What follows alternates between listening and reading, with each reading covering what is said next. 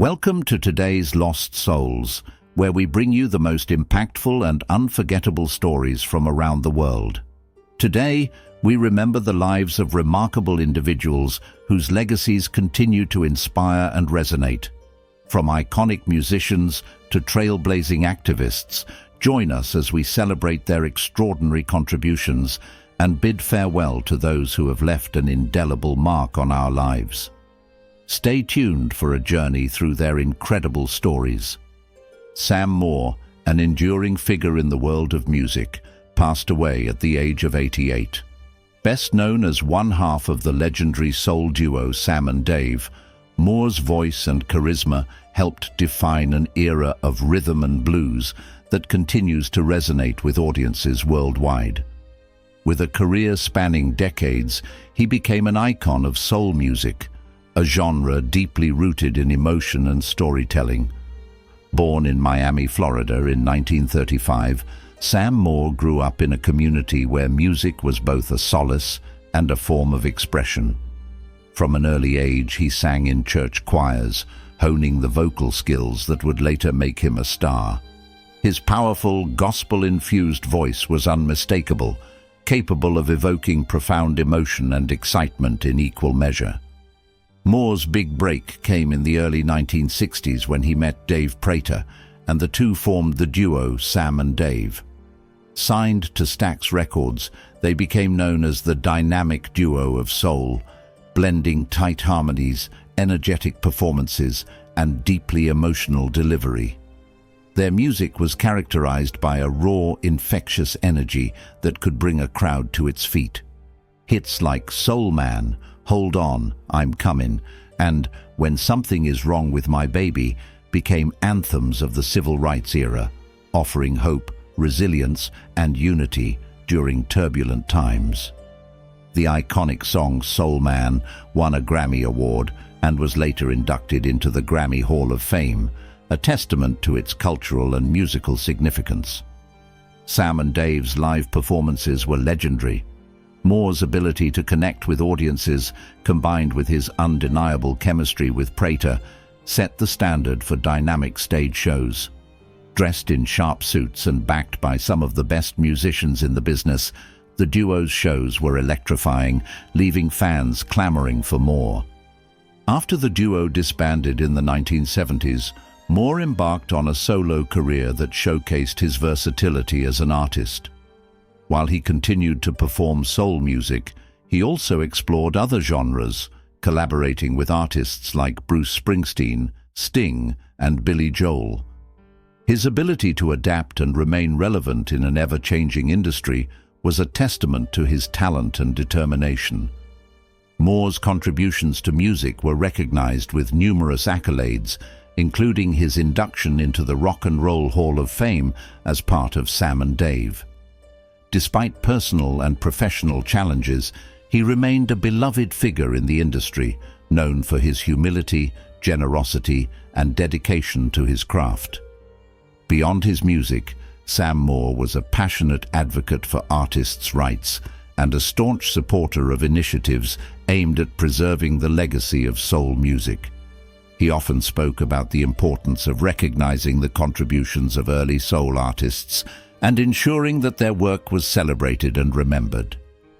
In his later years, Moore remained active in the music community, performing at festivals, award shows, and charitable events.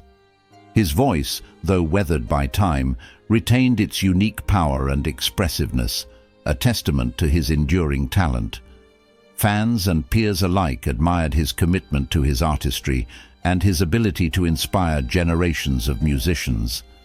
Sam Moore's passing marks the end of an era, but his legacy will live on through the timeless music he created and the countless artists he influenced. As a pioneer of soul music, he brought joy and inspiration to millions, leaving a lasting imprint on the cultural fabric of America and beyond.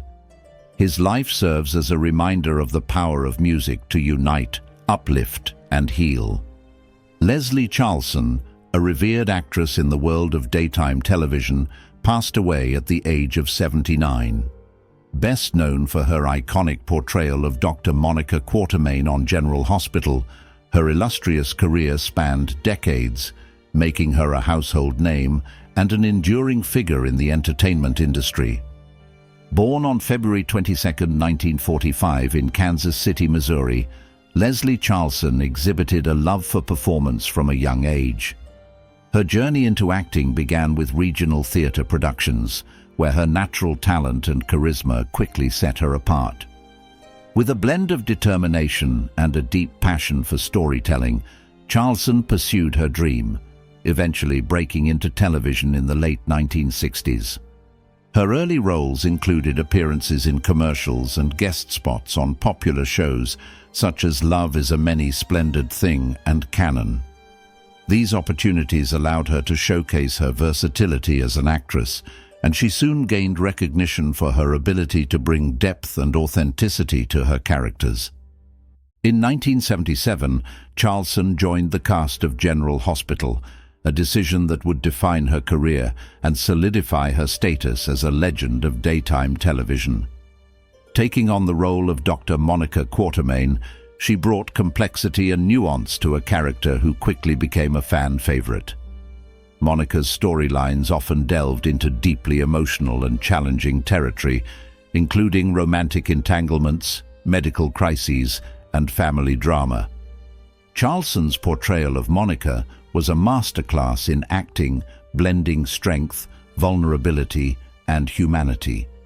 Her chemistry with co-stars such as Stuart Damon, who played Alan Quartermaine, and her ability to navigate the often dramatic twists of soap opera storytelling endeared her to audiences.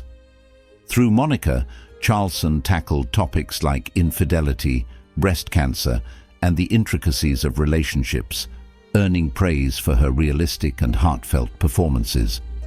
Her work on General Hospital garnered numerous accolades, including multiple Daytime Emmy nominations. She became one of the longest-serving cast members of the show, a testament to her talent, dedication, and the enduring appeal of her character. Fans admired not only her on-screen performances, but also her off-screen grace and humility, as she often expressed gratitude for the opportunities the role had given her. Beyond General Hospital, Leslie Charleson made notable contributions to other projects in film and television. She appeared in movies such as The Day of the Dolphin and Woman on the Ledge, showcasing her range as an actress. However, it was her work in daytime television that remained the cornerstone of her career and her greatest passion. Outside of acting, Charleson was known for her love of animals and her active involvement in animal rescue organizations. She often spoke about the joy and comfort her pets brought to her life, and she used her platform to advocate for the humane treatment of animals.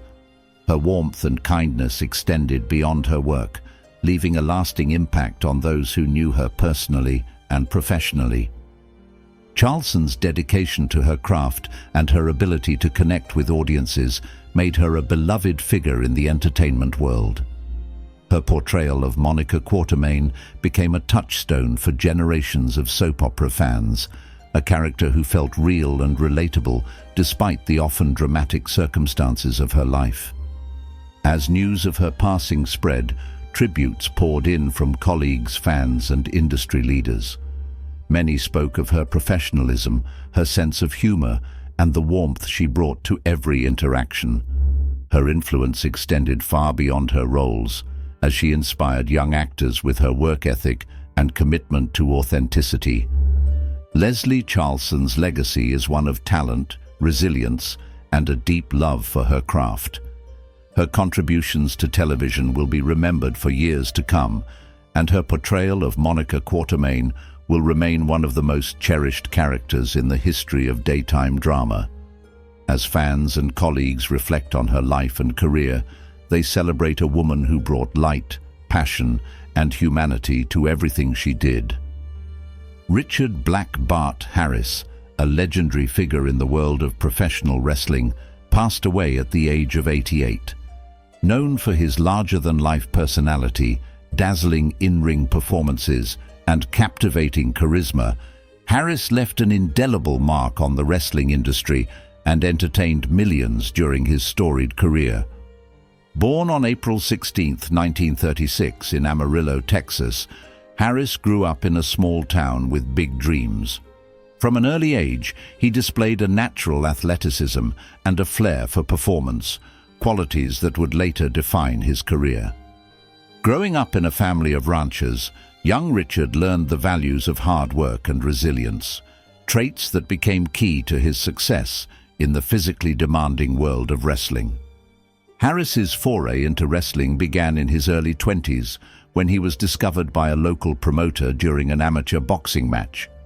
Impressed by Harris's combination of strength and showmanship, the promoter offered him a chance to train as a professional wrestler.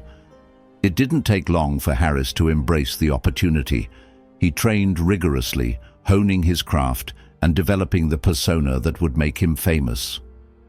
Adopting the moniker Black Bart, Harris became a villainous cowboy character, complete with a rugged look, cowboy hat, and an infamous black bullwhip that he used as part of his theatrics. His character resonated with audiences who either loved to hate him or admired his unapologetic bravado. Black Bart quickly gained notoriety for his colorful promos, where he taunted his opponents with clever insults and vivid imagery. Throughout the 1960s and 1970s, Harris wrestled in various territories across the United States, including the National Wrestling Alliance, NWA, and World Class Championship Wrestling, WCCW. He faced off against some of the biggest names in the business, including Dusty Rhodes, Harley Race, and the Von Erich family, often headlining major events and drawing large crowds. Harris was known for his technical prowess, powerful moves, and a wrestling style that combined brawling with storytelling. His matches were not just physical contests, but dramatic performances that kept audiences on the edge of their seats. Whether he was delivering a devastating piledriver or engaging in heated verbal exchanges with his opponents, Harris knew how to work a crowd and keep them coming back for more.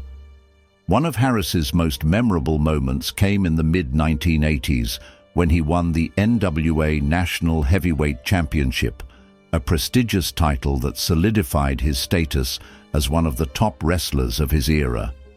His reign as champion showcased his ability to carry a promotion and remain a consistent draw, even as the wrestling landscape began to change with the rise of televised events and larger-than-life personas. Off the mat, Harris was known for his generosity and mentorship. He often took younger wrestlers under his wing, teaching them the nuances of the business and sharing the lessons he had learned throughout his career. Many of his protégés went on to achieve great success, crediting Harris for his guidance and encouragement. Despite his villainous persona in the ring, Harris was beloved by his peers and fans for his sense of humor, warmth, and down-to-earth demeanor. He frequently participated in charity events and community outreach programs, using his fame to make a positive impact outside of wrestling. As the wrestling industry evolved, Harris transitioned into a behind-the-scenes role, working as a trainer and consultant. He helped shape the next generation of wrestlers, ensuring that the traditions and artistry of professional wrestling continued to thrive. His contributions were recognized with multiple honors, including an induction into the Professional Wrestling Hall of Fame. In his later years, Harris retired to his hometown in Texas, where he enjoyed a quieter life surrounded by family and friends. He often reflected on his career with pride, expressing gratitude for the opportunities and experiences that wrestling had given him. Richard "Black Bart" Harris's passing marks the end of an era for wrestling fans and the industry as a whole. His legacy as a performer, mentor, and pioneer will be remembered for years to come. With a career that spanned decades and a character that became iconic, Harris proved that wrestling was more than a sport. It was an art form, and he was one of its greatest artists.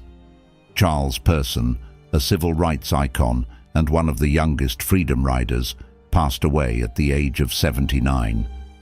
A man of extraordinary courage and determination, Person was instrumental in shaping the course of the civil rights movement in the 1960s.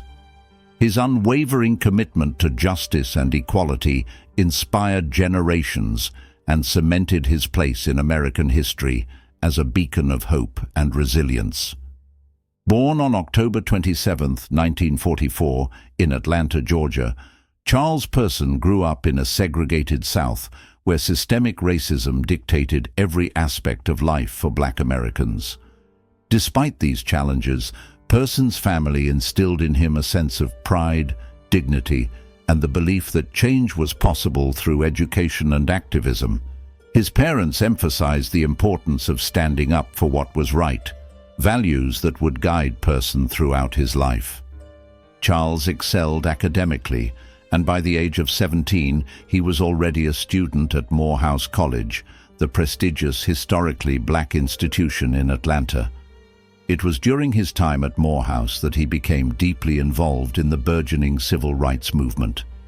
Inspired by leaders like Dr. Martin Luther King Jr., Charles began participating in sit-ins, protests, and other forms of nonviolent resistance. In 1961, at just 18 years old, Person joined the Freedom Riders, a group of civil rights activists who rode interstate buses into the segregated southern United States to challenge the lack of enforcement of Supreme Court decisions that had declared segregated buses unconstitutional. He was the youngest member of the inaugural Freedom Ride, organized by the Congress of Racial Equality, CORE. The Freedom Riders faced extreme violence and resistance as they traveled through the South. In Anniston, Alabama, their bus was firebombed, and in Birmingham and Montgomery, they were beaten by mobs. Despite these harrowing experiences, Charles Person remained steadfast in his commitment to nonviolence, embodying the movement's principles even in the face of brutal attacks. One of the most pivotal moments in Person's life came during the Freedom Rides in Birmingham, Alabama. As the group disembarked from their bus, they were met with a mob of angry white supremacists armed with bats and chains. Person, along with his fellow riders, endured severe beatings but refused to fight back. His bravery during these attacks became a symbol of the movement's strength and moral authority. After the Freedom Rides, Person continued to work tirelessly for civil rights, participating in marches, voter registration drives, and community organizing efforts. He believed in the power of collective action and spent much of his life advocating for systemic change. His activism was not limited to racial equality. He also championed education reform, economic justice, and LGBTQ+ rights. Beyond his activism, Charles Person was a devoted family man and a mentor to many. He worked as a speaker and educator, sharing his experiences with students, activists, and organizations around the world. His memoir, Buses Are A-Comin', published in 2021, offered a first-hand account of his journey as a freedom rider and became an invaluable resource for understanding the civil rights movement. Person's contributions were widely recognized throughout his lifetime. He received numerous awards and honors, including the Congressional Gold Medal bestowed upon the Freedom Riders in 2011 and honorary degrees from various universities. These accolades, however, were secondary to the impact he made in the lives of those he fought for and inspired. In his later years, Charles Person continued to advocate for justice and equality, often reminding younger generations of the importance of vigilance and perseverance in the fight for civil rights. He remained a firm believer in the power of nonviolence and dialogue, urging others to approach activism with compassion and understanding. Charles Person's passing marks the loss of a true American hero. His life was a testament to the power of courage, resilience, and the unwavering belief in the dignity of all people. Through his actions, he helped dismantle the barriers of segregation and paved the way for a more just and equitable society. While Charles Person is no longer with us, his legacy lives on in the progress made during his lifetime and the ongoing fight for justice he inspired. He will forever be remembered as a trailblazer, a warrior for equality, and a symbol of the enduring power of the human spirit. Claude Jarman Jr., a beloved child actor and a symbol of classic Hollywood, passed away at the age of 89. Best remembered for his Academy Award-winning performance in The Yearling, 1946, Jarman's career and contributions to cinema left an indelible mark on the golden era of Hollywood.